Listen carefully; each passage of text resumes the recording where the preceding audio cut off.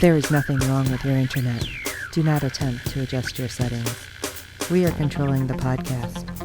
We control the squealing and the screams. We can make your heart flutter, your eyes blur from tears, or sharpen your mind to crystal clarity. For the next hour, sit back. We are in control of what you hear. We repeat, there is nothing wrong with your settings. You are about to experience the awe and mystery known as the female mind. You are now entering the Fangirl Zone. Hello everyone and welcome to the Fangirl Zone. I'm Sean, Fangirl S, and today we are talking Good Omens, so that can only mean one thing. My amazing co-host, Gomez, not Adams. Hello! Oh my gosh, and we're talking episode 2, The Book. The book. The Book. It's so dramatic. I would like to buy some pornography. But I must do so in the back room because so I am very shy about buying my pornography. Oh my gosh. Alright, let me give the little synopsis we get for this episode. Having followed the wrong boy for years, Aziraphale and Crowley must now try to locate the whereabouts of the real Antichrist. Perhaps the story of Agnes Nutter and her famous prophecies will hold the answer. Alright, so this one was like a fun episode. I really got a kick out of it. It was pretty awesome. So for this episode, I'm going simple with my drink of choice today. I went with Cherry UV and Cherry Pepsi. I am drinking a Cape of Good Hope double IPA from Yards Brewing Company. Ah. And I do not have to work tomorrow, so that's a good thing. So there might be more IPA in your future. I see. It could be. It is only a 9.3%, so. Yeah, I don't understand how I keep drinking the higher alcohol content.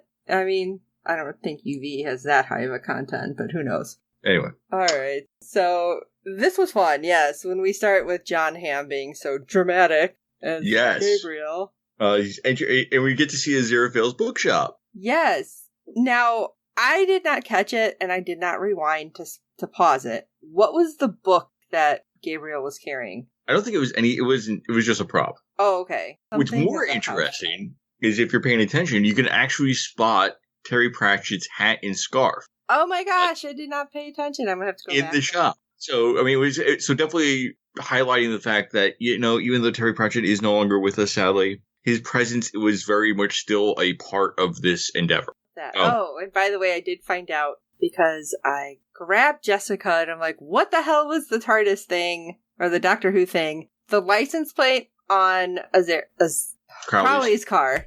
Yes. I'm going to get it confused. Is Sidrat, which is TARDIS backwards. Which was also the evil TARDIS going back classic Who. Okay, got it. That's what that whole thing was. But I swear that this episode, because I was looking for it, that it was a different plate. And I'm like, are they going to screw with us and throw all these little, like, Easter eggs in? Like Terry Pratchett and Doctor Who and who knows everything else. I mean, and I love also the fact that in this episode we get to see Crowley's place and Aziraphale's place. Oh my gosh. And who would have thought that Crowley was a plant guy? Well, not he was a plant guy, but and he's got the healthiest plants in London because he yells at them and they're terrified of him. I thought that was hilarious. And as it was happening, because I'm watching this with my husband, he stopped and he goes, "Wait, are plants shaking because they're scared?" Yes. He's like, "Oh my God, what's it? He put it down the garbage disposal?" I'm like, yeah. And he's like, he made an example of it. He didn't cut it. Like, what the hell? Indeed. Yeah. And yes. Anyway. Aziraphale. I love seeing all the books because, well, kind of like behind you see some of my stuff, but I have boxes of books. I love books, so. I have too few bookshelves for the amount of books that we have in this house. I've asked my husband to make me a bookshelf now since he's decided to get into woodworking. We have run out of house for the bookshelf. Well, we need more house. Hanging bookshelves? I don't know. We need more house for the book. Because not only do I have my books, but my wife's books, and my kids are just collecting books as well. And at one point, we were thinking thought we were going to be moving soon. So my wife, we went through this whole thing of like, okay, we should give away and get rid of some of the books. Most of the books that ended up being given away were mine. Oh. And I look at my wife and go, I see how it is. My books we can sacrifice. You know what? I have had it suggested to me. But I think if I had my way, I would end up with someplace much like Aziraphale. Yes. Oh, absolutely. Yeah, it's going to be a bookshop, except I'm going to make it extremely difficult for anybody to ever buy a book there. Right. It's really not. Because that would mean I would have to part with the book. And I love how he was discussing the different types of books he had in there. I mean, when Gabriel comes in and they stop, it's like, I smell evil. And he's like, oh, and I wish I wrote it down. He said there's a certain author's book. Jeffrey Archer, I think it was. So what's Jeffrey Archer books? Am I afraid to ask? I think it was just basically like mass market paperbacks. Oh, okay. So not like creepy. No. Like serial killer books or something. No, they're mass market. I mean, they're mass market books. Oh, okay. So he is a very British author. Okay. And he actually, Archer was a former member of Parliament. Oh, I did not know that. Who was conservative in that government. So, but anyway, but basically, it's like it'd be like, I guess I'm trying to think of an example for here would be. It would be like, oh, I'm sorry, those are just the James Patterson books, or those are just the Grissom books, or the Bodice Rippers. Not quite. I wouldn't go that far. Because those are everywhere. All right. Do not mock trashy romance novels. They will come for you. I will end up in one somehow. I don't know. And they will mess you up. Those writers will mess you up. No joke. I was never into those, but I guess I kind of sort of was. Like V.C. Andrews, I don't know, not exactly Bodice Rippers, but whatever. We're like way off topic. Big surprise, I know. Let's go back to the beginning. We get to see the first of the Four Horsemen. War. Yes, because you can't have war without war. That's catchy. Like, oh my god, you guys are obviously from heaven because you have nobody in marketing working up there. Everybody knows the ad guys work for hell. Obviously. It's like, it's not so bad once you get used to it. I don't know if that's a good phrase either, but... No. Anyway, so, and she's working as a war correspondent. So she gets to go to all the hot spots and cause trouble. And yes, and I'm wondering, because I hadn't watched this until now, if there was actually some cosplay that I missed. Certain things you kind of miss, like Jessica Jones cosplay. Okay, unless you're with the Defenders, you may miss Yeah, absolutely. So it's like, okay, so it's a woman with dark hair and a leather jacket and ripped jeans. I mean, so what's the cosplay, right? Right. So I'm wondering if I could have missed War. It's possible. So now I'm a little sad that the only thing I knew was Nanny. Right. Oh, yes, Nanny, which that was an amazing one, and I'm still mad that I wasn't close enough for a photo. But anyway, we also get to meet... Oh, I'm sorry. No, go ahead. Please continue. We also get to meet Agnes Nutter, which I was thinking like they were calling her a nutter.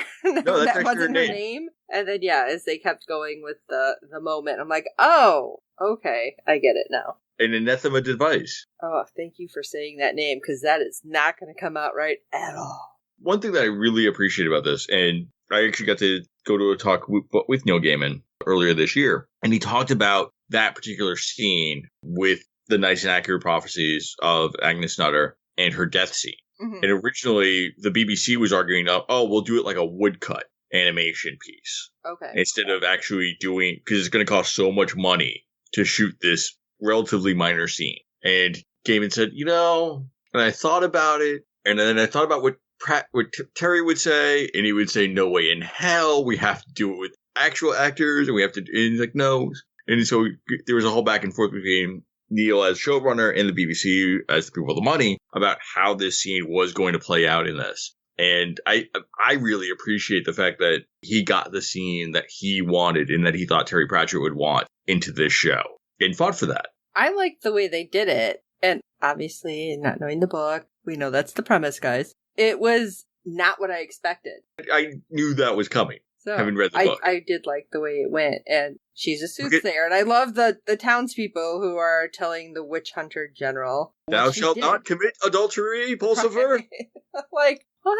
That was amusing to me, but you have the one woman who's like, she healed my son's bloody flux. Oh, I'm sorry, did you want him to die instead?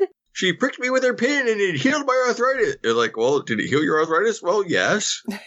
Why, Right. people? So you're like, witch. And all I kept thinking was Monty Python. Oh, absolutely. Yeah. But, I mean, it's also the case where, if you go after somebody who can accurately, consistently foretell the future, she's gonna mess with you. Yeah. And I love it. You're 10 minutes late. Yes. What? And I didn't catch it immediately. It's like one of those things that kind of clicked after the fact. When she started walking, you heard like the clinks. Yes. And I'm like, did they put her in chains or did she put herself in chains right away? Well, if you're carrying around 30 pounds of roofie nails in your petticoats, yeah, it might make some noise. And apparently nobody noticed. In 50, I mean, I'm impressed that she could walk that well with 50 pounds of gunpowder and 30 pounds of roofie nails. Right? Because I'm like thinking, that's a lot of extra just to carry on your skirt. So essentially It's like, all right, hold on, let me cinch this up a little tighter. I mean, I've had some heavy dresses, but... Not 80 pounds extra. Yeah, I couldn't imagine that. And I have to love okay, townspeople, come closer. Come see the witch burn. So you could remember this. It's like, suckers. Go ahead and mess with the village witch at your own peril. I have to agree, though. I'm sorry, because I'm not a runner. When they're like, she runs for her health and says that's good, and he's like, that's preposterous. That's my thought. Exactly. Yeah. Thank you. Obviously, there are demons chasing her. You just can't see them. Why are you running, Apex Predator? What is chasing you? And then we get the whole scene where her book, which will be a mass market publication and probably go into a second printing, gets sent to her daughter, who at least they were smart enough to send her away. Yes. And I love the laughter when she reads a random prophecy. In December of 1980, an apple will arise that no one can eat. Yes. It's like, oh, she's so silly. I can't remember which she said exactly. That's preposterous. That's Balderdash. Balderdash. There you go. And then like, what was it? Something about Sir Jobs? Yes, Sir and Jobs. It's like, oh. Yeah. Invest thy money with Sir Jobs' machine. Yeah. And then you have Anathema much later going through the prophecies that are now on it. They've put on index cards and labeled. And he's like, well, that one never makes any sense. Like, yes, but my mom bought 5,000 shares of Apple stock, which got us $40 million today, which is why we can live on the coast of California like this. It's like, oh, okay. So this is why you study the prophecies. Right. And and by the way, we're all leading up to you. You're the one that's all this is gonna fall on. Yeah, congratulations. Because her name's in there. It's like, what if you named the kids somewhere down the line the same name, or it was specifically one of the prophecies? Probably, but I mean, and the running joke is that Anathema is a professional descendant. Okay, so she doesn't do anything except what's in the prophecy. So imagine going through life with your entire life having been pre-written for you. Kind of suck. And that's Anathema's life. Especially when she's like, oh, of course, because of all of this training, I will know the Antichrist when I see him. Except I don't. Awkward. Because my ancestor did not tell me that he had an aura the size of England. Right. Oops. Oh, but I will end up in a specific town. But of course I'll know this, because obviously the kid's going to have horns and a tail and cloven feet. And he's not going to look like your somewhat tassel-headed 12-year-old. Right. It's like, well, somebody dropped the ball there. Obviously did not take after his dad. Yes. I mean, if he looked like Satan, then, okay, I got it. Makes life easier for everybody, right? You would think. Kill the hellspawn! Because she does end up meeting Adam and his friends, or them. The them. And they were previously talking about, oh yeah, there's a witch and we should torture her. And then, of course, they're having the British witch trial. Or no, the British Inquisition. Yes. And they're torturing by putting one of the kids on the tire swing. Of course. Torture because it's hot and it's bugging your leg.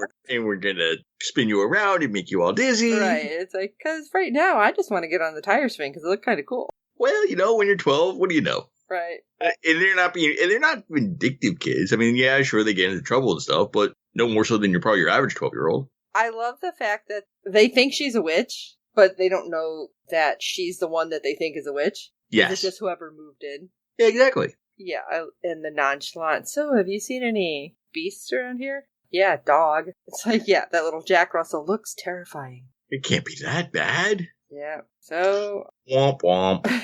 what's gonna happen? Well, she gets on her little bike and bikes off. The bike with the basket, which immediately my husband points out, is that the same kind of bike from like the Wizard of Oz? I don't think so. But that's the first thing that kind of comes to mind. It's the beachcomber with the basket on the front, and I'm like, I don't think so, but okay, that works. Could be. And apparently nobody pays attention, which we know Crowley doesn't pay attention when he drives because he hit somebody in London, which is kind of funny because he's like, oh, she was in the street, she knew the consequences. Really? She stepped off the curb. And, well, nobody's looking. Bike and car, but not bad enough to kill her, but hurts a little bit. But Aziraphale's like, oh no, no broken bones. Waved a little hand. Yes. Minor miracle. Hopefully I won't get cold on it. Right. When they run the audit. Yes, but let there be light. Hey, how are you doing that? It's like, nah, click. What, doing what?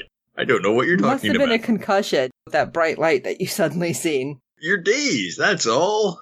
Let's give you a ride. We'll put your bike on the bike rack. Yeah, because that kind of car looks like it should have a bike rack anyway. Oh, absolutely. I loved it. And of course, that's how they end up with the book. Which is fascinating because Crowley, I don't read, so obviously it's one of your books. It's like, you had somebody in the back seat. Think, Crowley. I know you guys are like all over the place right now, but think. Okay, thinking is not Crowley's brooding fortune. Is though. He's good at brooding. A lot. He's good at being He's good at scowling. Yes. Even when he's sitting on his throne, quite literally, in his home. Which I love the wall too, that like rotates. That's a door, but I'm like, I want one of those in my house. Except it would kind of suck if you can't slam a door when you're mad and it just keeps spinning. It's true. It's like, you need a stopper on it or something. I feel like I'm missing a whole section. So we also meet a person the Tech Bane guy. Oh, yes. Who ends up being a descendant of the Witchfinder. Correct. Like, who was I missing? And we discover that he is really bad with computers. Right. Now, why do we think that is? Are computers supposed to be some kind of witchcraft? Or is it just the power of plot needs him to be? Yeah, pretty much. Even just signing in just sends the whole thing down. Crashing down. And he really wants to be an accountant and work with computers, and he's just so bad at it. I'm thinking, how did you get your degree if you couldn't work with computers this whole time? That is an excellent question. Movie magic. Skip past that part. Got it. Newton Pulsifer. Sorry. Oh, yes. Sorry. I was going to have to look up his name. Who actually, I mean, it was fun because he also ended up playing Thou Shalt Not Commit Adultery Pulsifer. So he actually played the Ancestor and the Descendant. I did not realize it because he looks so different as the two roles. Yep. Oh, that is awesome. Which is kind of a neat trick. Who would name their kid adulterer or adultery? Thou Shalt Not Commit Adultery. Yeah, but I thought that wasn't officially that he had changed it. No, his name was supposed to be Thou Shalt Not Commit Adultery Pulsifer. But he plays it's making fun of the puritanical names like, self-righteous. Well, that makes sense now. Okay. Because that's what that's what it's playing off of. Yes. Okay. Well, there's the light bulb. That only took how long to kick on? Where there hasn't even been that much alcohol in my system. I just didn't realize that. That is your problem. Maybe, because I think I would have connected the dots quicker. See, I drink and I know things. This is why I keep me around. We get a new Witchfinder. He's a sergeant, though. Apparently, the sergeant, not that high up. Who's on the payroll for both Aziraphale and Crowley? We don't have that information yet. No! Oh, that's awesome. And he inflates the books because he's really the only Witchfinder that's still around. So he ends up, but in order to getting more pay for them, he's like, yes, and this is Private Toaster and Lieutenant Chair. I love how he gets our Pulsifer to come to his home, and oh my god, I'm laughing like I'm like laughing like it's a dad joke, and I'm telling it. Okay, and this woman's like, oh no, I moved the veil. Madam Tracy moves the veil aside on Thursdays, and he's like, no, I'm not here for that. I'm here for the advert. And she's like, oh, thinking it's a whole different type of advertisement. Well, she's both a medium. And, I mean, when the Witchfinder calls her Jezebel, he's not wrong. That was amusing, especially she's like, she does both. If you need punishment, I need time. It's going to take me like 30 minutes to get into the rubber knickers. And again, had to stop. I'm laughing, and my husband's like, did she just say, oh my God? Yep. Hey, older women can be involved in sex work too. Hey, you know what? I understand dominatrix pay well. So every person's, I don't know. That's a different conversation. Every person has a thing. That's all I'm going to say. Everybody has their own way of making money. It's a thing. That's all. There's a need in the marketplace, and she's just fulfilling it. There's a lot going on there. We're going to skip past having to unpack that little suitcase, because I don't know if she's coming back, but I feel like Crawley might visit her, but... she will be back. Let's see. Aziraphale finally has the idea. Hey, maybe we should just go find the hospital records. Why didn't anybody think of this before? Because that would be too easy. Well... there's a problem, because it's not a hospital anymore, now is it? No, I love it. It's a team building place for paintball. I'm like, hey, I want to go. Until it wasn't paintball anymore. Well, but, I mean, it wasn't completely evil. Nobody died. It came close. Crowley was just doing his best to provide a bit more excitement. I loved it because as they're fighting about it, and he's like, everybody's getting taken care of. It's fine. We suddenly have the nun, who apparently is running the establishment, who was the one that cocked it all up. But did she? Who completely misinterpreted the wing. But, I mean, she was following Crowley's orders. Quite specifically. You also have one of those great scenes where Crowley shoves Aziraphale up against the wall. Yes, and our first real moment that somebody acknowledges the romance. And millions of fangirls and boys squeed. Every time David Tennant's on the screen, I'm like, oh, but yeah, I get it. Like Skinny Nerdy. Yo, that's a lie. Skinny Nerdy apparently is like, that's my thing. Which it's like you watch him with the hips and you're done. Yeah. It's like Shakira's, you should be playing in the background when he walks. I don't know. Anyway, yes. So they get the information, and I loved it because they got the most important information out of her. Yes. Yes. And of course, that's where they end up. It's adorable. Yeah, as they're heading that way, that's where they end up running into Anathema device. Yes. But I'm sorry, the Toesy Woesies. That was the most important part, obviously. Absolutely. She might be an evil nun, but come on now. Yes. Aziraphale gets to read the book, and he is quite taken with the fact that he's got his hand on this book, because somebody had called earlier, and he's like, I don't have a copy. Nobody has a copy. Which was interesting, because what I'm thinking, a publication and a second printing, I didn't think they meant just 2 books. Well, no, there never was the second printing. Oh, okay. Okay, Anathema, there really was only the one copy that ended up happening. That's why he was freaking out. Correct. So, I mean, this is like if you looked in the backseat of your car and discovered that the Holy Grail was there. It's like, oh, there's just one. Ah! Exactly. I'm trying to think of what the equivalent would be for a lot of people. I mean, if you looked in the backseat and you said, you walk into your house and like, wow, I don't remember that painting being there, and it's the Mona Lisa, right? And so he's found the Holy Grail. I mean, he is a rare book collector, and this is the rarest of books that he could possibly find. And this was something else, because the first thing he turns to is talking about him. Yes. And your cocoa is getting cold. And when he realizes he's drinking cocoa. It's like, I have the book, the really, really real book. It was just so adorable and they did it through kind of like a sped up moment where he's reading and you see the people going by, his son up and down. Yep. And then he gets to the prophecy about the phone. Well, not even the phone number. That the Antichrist will be... in Tansfield. Yes. And a specific number. He'll be marked by the beast. Right. And then he looks up the number. It's like, oh, can it be that simple? 603 And now if I look up that address for Tansfield, I will know where he is. And then we can go and kill the Antichrist. I still don't feel the killing is happening. But we're only episode 2. They want to prevent the end of the world. But there's a divine plan. Which is ineffable. Ineffable. I'm not going to get that word right ever. What's even better is that it's also unknowable. Because the angels and the demons don't really know what's going to happen. Because, I mean, at this point, personally, I'm thinking, yeah, God's having a good laugh. Like, God has her own plan. Because, yeah, these two, the angel and the fallen angel, working together this whole time. Absolutely. Put the whole thing in motion, and nobody realized it. And it's possible that God actually kind of likes his creation and doesn't want to see it destroyed. But the angels are like, but this has to happen. Well, they think it has to happen. True. And there's only two that are like, I don't want this to happen. But I like this place. I like sushi. I like brunch. I like drinks. I like books. I like movies. I like plays. This is all good stuff. And I love...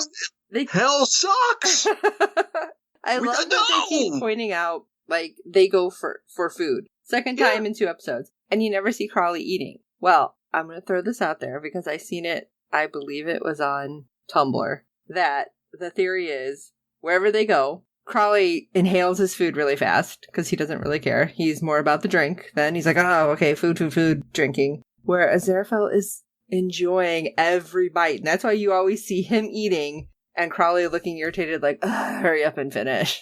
But what's also great is that they obviously enjoy each other's company. I find that because even as much as Crowley might be irritated that I finished 20 minutes ago and you're only halfway through, why the hell were you still here? Well, I'm still here because you're my friend. Right. I mean, why else is he driving him everywhere? Instead of saying, exactly. Just pop your butt wherever. Because you're an angel, you can just be like, boom, I'm there. Exactly.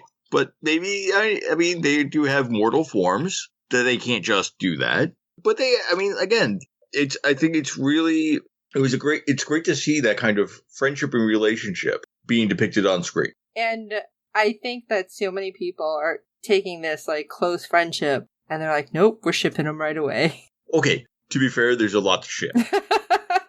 I'm not going to argue against the shipping. I know better. I love just how they play off each other, because all the memes that have come out of this have been amazing, I'll tell you. I said this last time we talked, like, it really felt like Sheen went to AO3, read through as much /fic as possible for Good Omens, and said, yes, this is how I'm playing that character.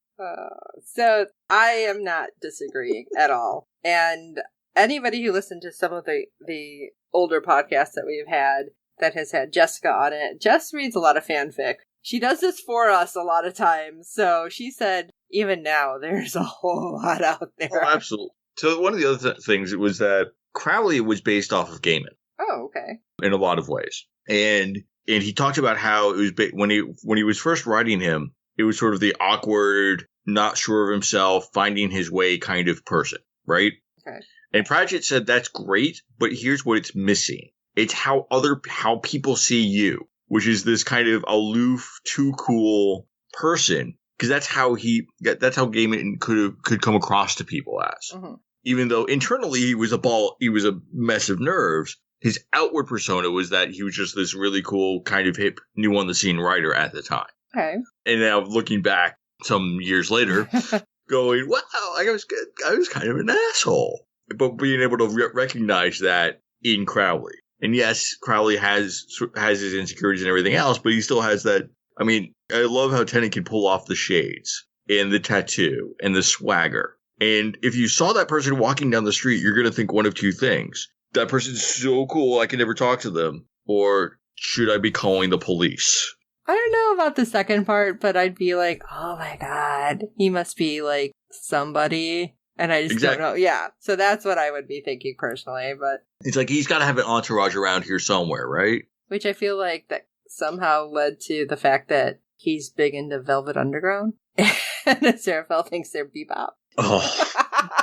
that hurt something inside. But he's like, nowhere in the history of ever would anyone say they are bebop.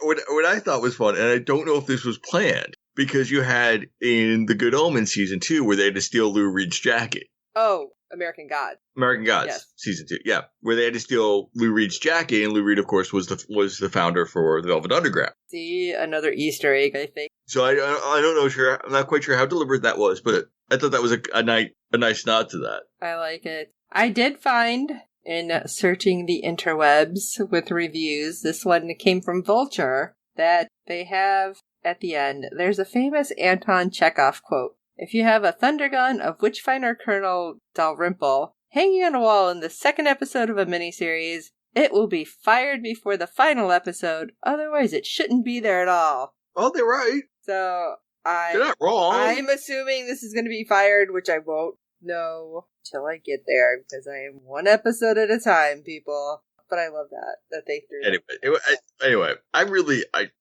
enjoyed this series a lot. I'm liking it so far. Like I said, am not binging this, which this is very difficult. This one's hard because certain episodes were like, all right, let's just binge through it. We just finished The Boys and we're watching just one at a time. So this one is like, I want to watch more. You're being a Xerophil with this. I am. You're savoring. Savoring David Tennant. Oh, that's so wrong. That's so wrong. But you're not alone.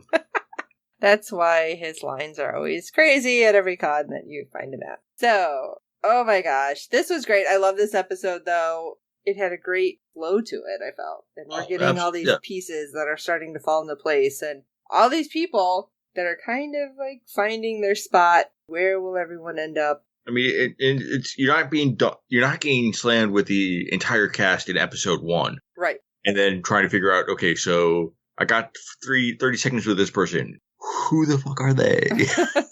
Why do I care? And now but by building them in like this, like, okay, I don't know why Newton Pulsifer is important. I don't know why the Witchfinder, how that's going to play out. But obviously this is a B plot that I need to be paying attention to. Right. Like, I don't trust anything anymore from so many shows, but especially Doctor Who. So BBC has tainted my perception. Like, I have to look for everybody and keep them all on the You never know who's going to show up again. No, it's going to happen. It's going to be crazy. But I love it. I mean, Sister Loquacious. Anyway. All right. So I love this episode. I believe Gomez was saying yes. Thumbs up. So what do you guys think about this episode? Shoot us an email at contactus@fangirlzone.com. Let us know your thoughts. And of course, if you want to check out the website, www.fangirlzone.com, you have our contacts page where there's all sorts of ways to get a hold of us. And of course, Gomez has a whole nother set of ways to get a hold of him. The best way to go is to broadswordsandblasters.com. You can also follow me on Twitter at swordsandblast or mxgomez78 for my personal Twitter page, where today I was kind of rambling on about the slings and arrows of receiving rejections on stories, which is a terrible thing, but happens to all writers. So yeah, that's what I've got going on. Next issue is out in October. But you can absolutely grab the first 10 by clicking the link at, again, broadswordsandblasters.com. So, for this episode of Good Omens, I am Sean Fangirl S. And I am Gomez, not Adams. And until next time. Ciao.